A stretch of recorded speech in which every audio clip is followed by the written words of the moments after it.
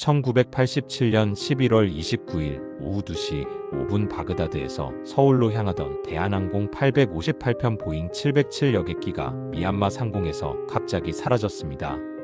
그 후 탑승자 115명 모두 바닷속으로 추락했습니다. 처음엔 단순한 항공사고로 여겨졌습니다. 하지만 며칠 뒤 바레인 공항에서 체포된 2명의 의문의 승객이 사건의 진실을 드러냈습니다. 그들은 일본인이 아니었습니다. 바로 북한 공작원이었습니다. 858편은 기계 고장이 아니라 폭탄 테러로 폭파된 것이었습니다. 88 서울 올림픽을 불과 몇 달 앞둔 시점, 냉전의 그림자 속에서 벌어진 참사, 그리고 한 여성 공작원의 고백이 드러낸 북한의 실체. 지금부터 그 이야기를 시작하겠습니다.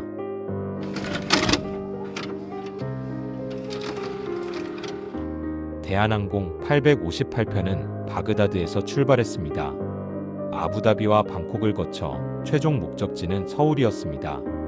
탑승자는 승객 95명, 승무원 20명, 총 115명이었습니다. 승객 대부분은 중동에서 일하던 한국인 노동자들이었습니다.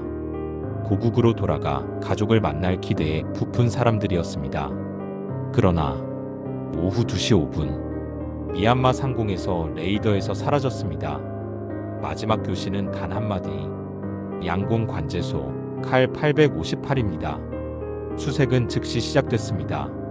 며칠 뒤 안다만 해상에서 항공기 파편과 구명조끼, 의류 조각이 발견되었습니다. 하지만 생존자는 없었습니다. 115명 전원이 바닷속에서 사라졌습니다. 그런데 858편에는 이상한 승객이 있었습니다. 하치야 시니치와 하치야 마유미, 일본인 부녀로 보이는 두 사람이었습니다. 그들은 바그다드에서 탑승해 아부다비에서 내렸습니다. 하지만 행동은 수상했습니다. 일정이 부자연스러웠고 무엇보다 일본어가 서툴렀습니다. 858편 폭파 소식이 전해지자 이들은 극도로 당황했습니다. 결국 바레인 공항에서 체포되었습니다. 소지한 여권과 신분증은 모두 위조. 일본 정부 확인 결과 그런 이름의 일본인은 존재하지 않았습니다. 체포 직후 그들은 담배에 숨겨둔 청산가리를 빨아들이며 동반 자살을 시도했습니다. 남성은 현장에서 숨졌습니다. 여성은 구조됐습니다. 그녀의 이름은 김연이었습니다. 며칠간의 신문 끝 드디어 진실이 드러났습니다. 하치야 마유미는 북한 공작원 김연희, 동행 남성은 김승일. 김연희는 처음엔 완강히 부인했지만 결국 모든 걸 고백했습니다. 칼 858편 폭파는 북한이 계획한 테러였습니다.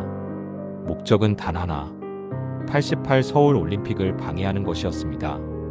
폭탄은 일본제 라디오와 위스키병 속에 숨겨져 있었습니다. 정교한 시한 장치까지 장착된 상태였습니다. 두 사람은 아부다비에서 내리며 그 폭탄을 기내에 두고 떠났습니다.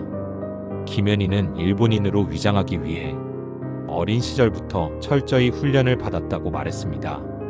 언어, 문화, 생활 습관까지 주입받았지만 완벽하게 속일 수는 없었던 겁니다. 그리고 그녀는 밝혔습니다. 이 모든 작전이 김정일의 직접 지시에 따른 것이었다고. 858편 폭파 사건은 냉전 시대 북한의 대표적인 국제 테러였습니다. 민간인 115명의 목숨을 앗아간 반인륜적 범죄였습니다. 당시 한국은 올림픽을 앞두고 있었습니다. 국제적 위상이 높아지는 것을 북한은 두려워했습니다. 특히 공산권 국가들까지 참가를 선언하자 북한은 이를 저지하려 했습니다. 이미 1983년 아웅산 묘소 테러를 일으킨 북한. 이번에는 훨씬 큰 범행을 벌인 것입니다. 하지만 그들의 의도는 실패했습니다. 국제사회는 한국을 외면하지 않았습니다. 오히려 북한을 강하게 규탄하며 한국을 지지했습니다. 한국으로 송환된 김연희. 그녀는 더 많은 진술을 내놓았습니다. 13세부터 20년간 공작원 훈련을 받았다고 했습니다. 일본어, 영어, 중국어까지 익히며 완벽한 위장을 준비해온 삶이었습니다. 그러나 한국에서 본 현실은 북한에서 배운 것과 완전히 달랐습니다. 가난하고 억압받는 나라가 아니라 자유롭고 활기찬 사회였습니다. 그녀는 점차 죄책감에 짓눌렸습니다. 115명의 무고한 희생자들, 그리고 자신을 이용한 북한 체제에 대한 배신감. 김연희는 재판에서 죄를 인정하고 사과했습니다. 사형을 선고받았지만 노태우 대통령의 특별 사면으로 석방되었습니다. 그녀는 이후 북한 체제의 실상을 알리는 증언자로 살아가고 있습니다. 이 사건은 국제사회에 큰 충격을 주었습니다. 미국은 북한을 테러 지원국으로 다시 지정했습니다. 국제 제재는 더욱 강화되었습니다. 하지만 북한의 목적은 완전히 실패했습니다. 88 서울 올림픽은 성공적으로 개최되었고 한국의 국제적 위상은 오히려 높아졌습니다. 또한 항공 보안은 한층 강화되었습니다.